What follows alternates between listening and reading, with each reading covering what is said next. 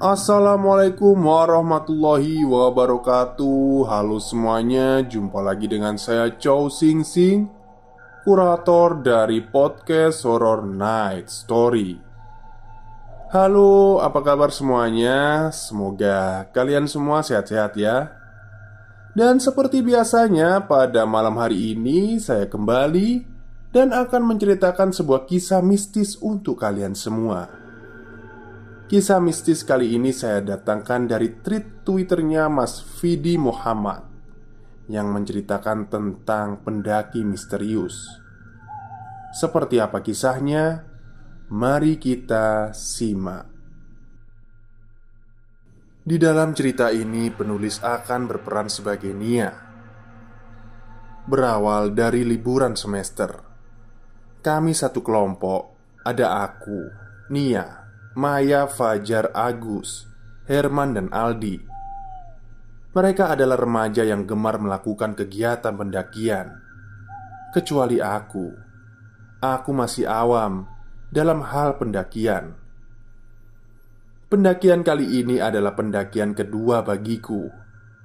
Setelah sebelumnya aku mendaki ke Gunung Penanggungan yang tingginya mencapai kurang lebih 1500 mdpl. Hari Jumat pagi, kami berkumpul di kosannya Fajar untuk membahas dan mempersiapkan pendakian yang akan dilakukan besok. Dari menentukan jalur hingga menyewa peralatan yang belum lengkap. Setelah lama kami berdiskusi, akhirnya kami memutuskan untuk mendaki ke Gunung Arjuno via jalur Purwosari dan turun di via jalur Lawang. Karena kata Fajar, kalau mendaki via Purwosari, kita bisa melihat banyak peninggalan bersejarah di masa lampau. Singkat cerita, karena hari sudah mulai sore, kami pun pulang ke rumah masing-masing.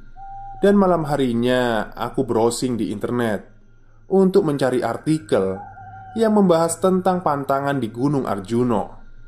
Dan aku menemukan salah satu artikel, yaitu dilarang mendaki dengan jumlah ganjil.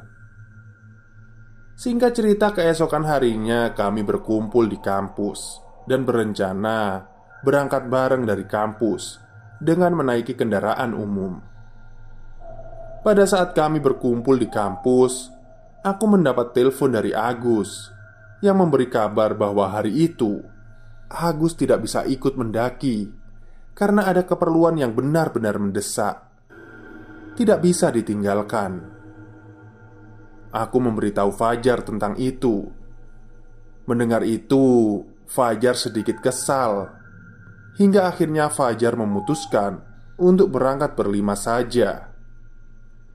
Mengingat artikel yang aku baca semalam bahwa mendaki ke Gunung Arjuno tidak boleh ganjil, aku pun bilang kepada Fajar, "Jar, apa enggak sebaiknya kita tunda saja pendakiannya?" "Hah? Memang kenapa ditunda?" kata Fajar. Aku sedikit bingung menjawabnya dan enggan jujur karena takut dibilang penakut. "Kan gak enak sama Agus, Jar. Apalagi kita kan berlima. Emang gak apa-apa, Jar, kalau ganjil?" tanyaku kepada Fajar. Enggak. Kita tetap harus berangkat hari ini. Kita sudah terlanjur menyewa peralatan loh. Lagian, kamu masih aja percaya sama hal gituan?" jawab Fajar yang masih kesal. Mendengar perkataan Fajar itu, kami pun langsung menurut dan berangkat hari itu juga. Sehabis zuhur, kami berangkat dari Surabaya menuju pos pendaftaran Gunung Arjuno via Purwosari dengan menggunakan angkutan umum. Kami sampai di base camp pada pukul 2 siang. Kemudian Fajar mengurus pendaftaran. Setelah selesai, kami beristirahat sejenak untuk melepas lelah saat perjalanan tadi. Kurang lebih 30 menit istirahat, kami memulai perjalanan dan tak lupa berdoa. berjalan santai.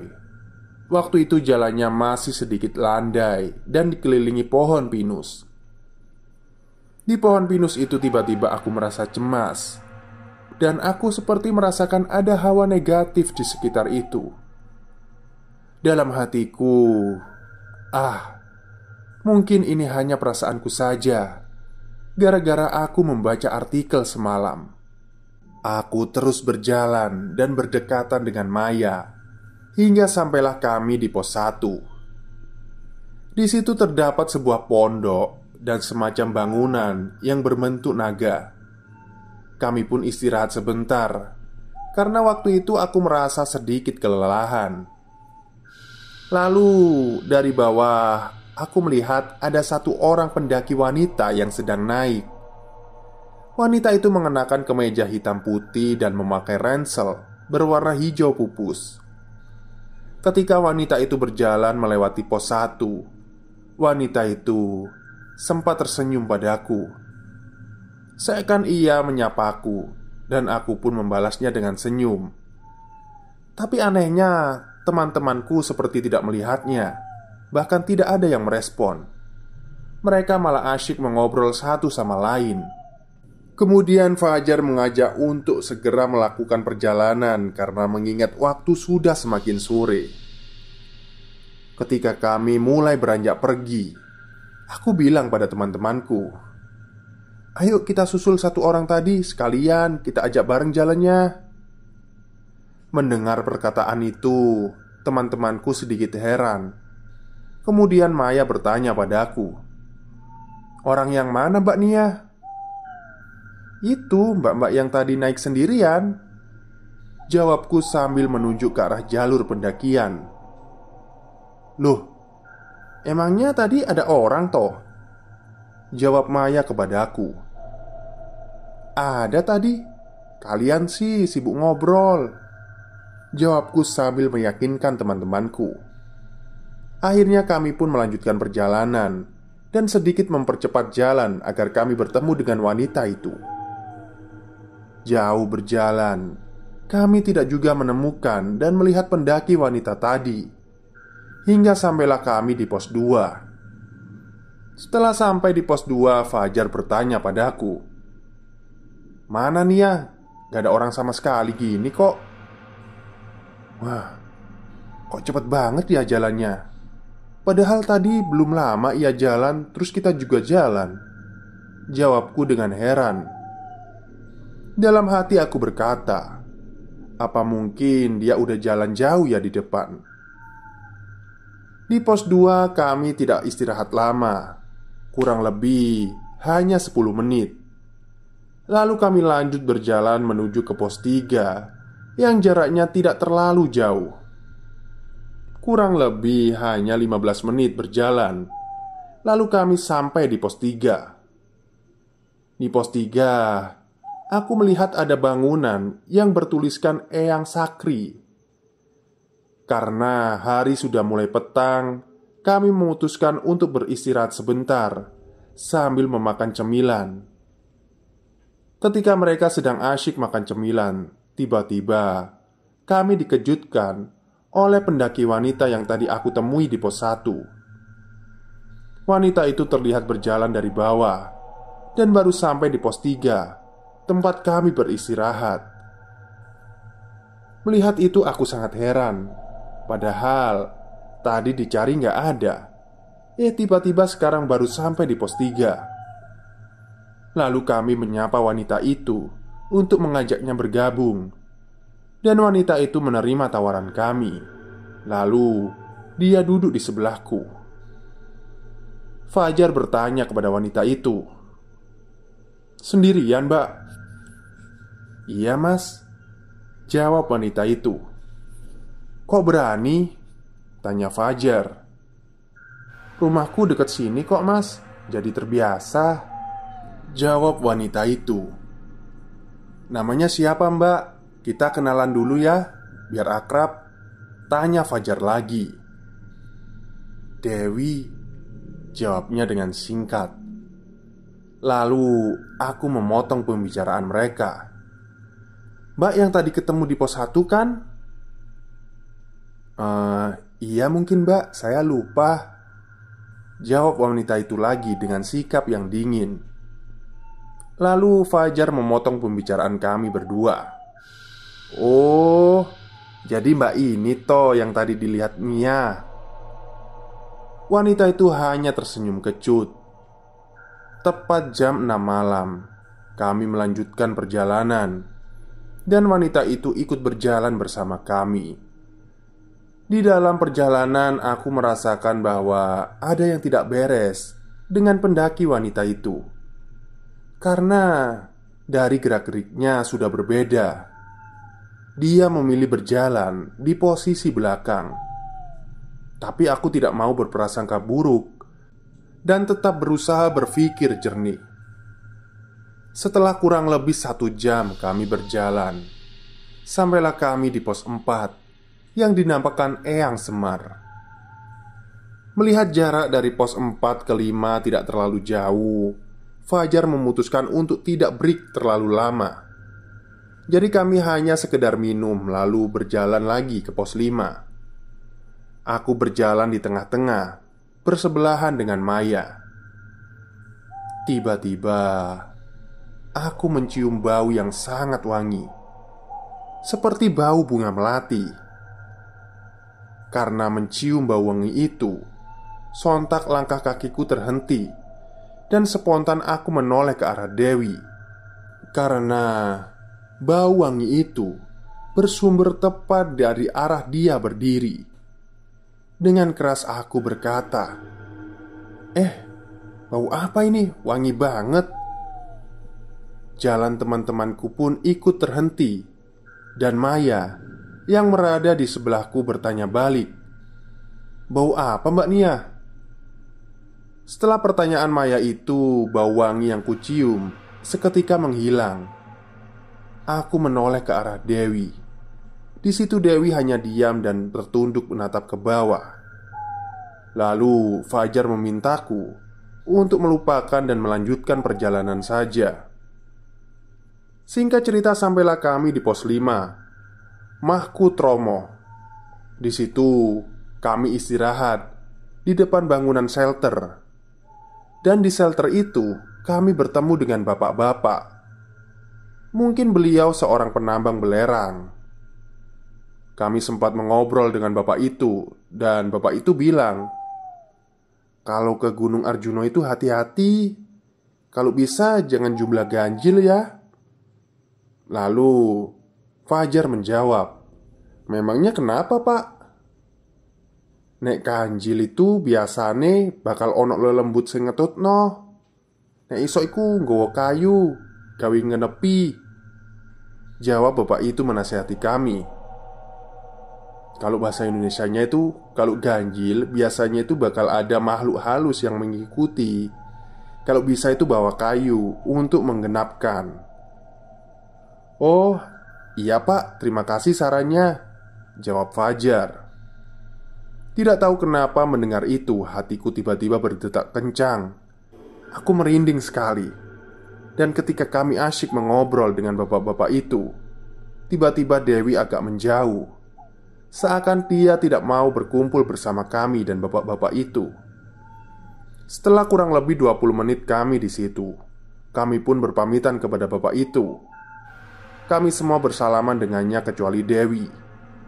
Ketika kami akan meninggalkan pos 5, tiba-tiba bapak itu berpesan lagi, "Ojo lali, nggawa kayu ya mas.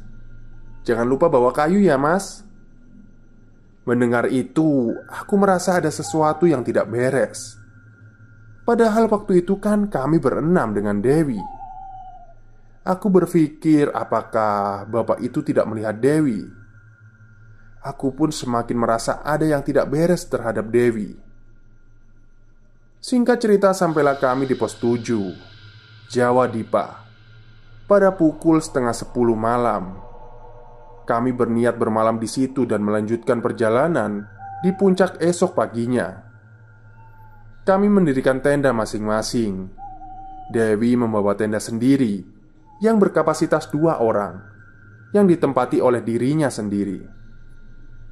Setelah tenda selesai didirikan, kami semua berkumpul untuk memasak dan makan. Tapi waktu itu Dewi tidak mau makan dengan alasan tidak lapar. Setelah selesai makan, kami pun masuk ke tenda untuk tidur. Fajar, Herman, dan Aldi tidur di satu tenda, sedangkan aku dan Maya tidur berdua. Malam semakin larut. Tiba-tiba aku terbangun dari tidurku karena kedinginan. Ketika aku terbangun, tiba-tiba aku mendengar suara berisik di depan tendaku. Karena penasaran, aku membuka sedikit resleting pintu tendaku untuk melihat keluar. Aku benar-benar terkejut ketika melihat keluar. Ternyata di situ ada Dewi yang sedang duduk di depan tendanya seorang diri sambil bermain ranting yang dicoret-coretkan ke tanah. Aku ingin menyapanya, tapi tidak jadi karena takut. Aku terus mengintip Dewi dari sela-sela pintu tendaku. Lalu tiba-tiba Dewi berdiri dari duduknya dan berjalan ke arah sebuah pohon yang jaraknya sedikit jauh dari tendanya. Di situ aku melihat Dewi sedang berbicara entah dengan siapa. Melihat itu, aku semakin ketakutan. Tapi di sisi lain aku masih penasaran dengan apa yang Dewi lakukan. Aku terus melihat Dewi dari sela-sela pintu tenda. Tak lama kemudian, Dewi terlihat berlari jauh ke dalam hutan hingga aku tak melihatnya lagi. Karena takut, aku menutup pintu tendaku dan melanjutkan tidur. Bibirku terus melantunkan doa agar tidak terjadi apa-apa kepadaku serta teman-temanku. Sampai akhirnya aku tertidur. Tepat pukul 4 pagi kami semua bangun. Ketika bangun, aku melihat tenda Dewi belum terbuka. Lalu aku menyuruh Fajar untuk membangunkan Dewi. Ketika Fajar mendekati tenda Dewi dan akan membangunkannya, tiba-tiba aku dikagetkan dengan kedatangan Dewi yang tiba-tiba dari arah belakangku. Kali ini aku benar-benar kaget dengan keberadaan Dewi yang tiba-tiba di situ. Lalu Fajar bilang, "Walah, tak kira belum bangun Mbak Dewi. Mau aku bangunin ini tadi." "Udah mas, tadi habis buang air kecil aku," jawab Dewi. Aku hanya terdiam karena waktu itu aku melihat raut muka Dewi tidak seperti yang terlihat waktu orang bangun tidur. Dan kedatangan Dewi waktu itu tepat dari arah hutan tempat ia semalam berlari. Aku benar-benar ketakutan, terlebih ketika aku melihat Dewi. Kami pun memasak pagi itu. Ketika kami sedang sibuk memasak, tiba-tiba Dewi berpamitan untuk jalan lebih dulu. "Mas, Mbak, aku duluan ya. Terima kasih udah mau bareng," kata Dewi. "Loh, Mbak Dewi nggak mau nunggu makan dulu?" tanya Fajar. "Enggak mas, aku buru-buru soalnya mau ketemu teman juga di atas," jawab Dewi. "Ya udah Mbak, hati-hati ya," jawab Fajar. Lalu Dewi mengemasi tendanya dan pergi meninggalkan kami. Tidak lama kemudian, setelah selesai makan, kami juga berkemas dan akan melanjutkan perjalanan menuju puncak. Ketika kami sedang beres-beres, tiba-tiba Fajar menemukan sebuah dompet berwarna ungu. Melihat itu, Fajar mengambilnya dan bertanya kepada kami, apakah ada yang kehilangan dompet. Tapi tidak satu pun dari kami yang kehilangan dompet. Karena tidak ada yang kehilangan dompet, akhirnya Fajar membuka dompet itu. Ternyata di dalam dompet itu terselip kartu identitas Dewi. Ternyata pemilik dompet itu adalah Dewi yang tertinggal. Melihat isi dompet berisi surat-surat penting, Fajar pun membawanya dan berniat mencarinya di puncak untuk memberikannya. Singkat cerita, sampailah kami di puncak kurang lebih pukul setengah 10 pagi. Di puncak, kami mencari Dewi dan menanyakannya kepada pendaki lain, apakah ada pendaki wanita yang mengenakan kemeja hitam putih dan memakai ransel warna hijau pupus.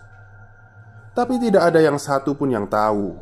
Hingga akhirnya kami berpencar, tapi tetap saja tidak menemukannya. Karena tidak menemukan Dewi, Fajar membawa dompet itu turun dan berniat mengantarkannya ke rumah.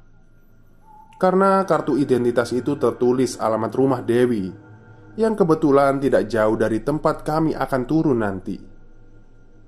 Waktu sudah menunjukkan pukul 11 siang. Kami pun bergegas turun melalui jalur lawang.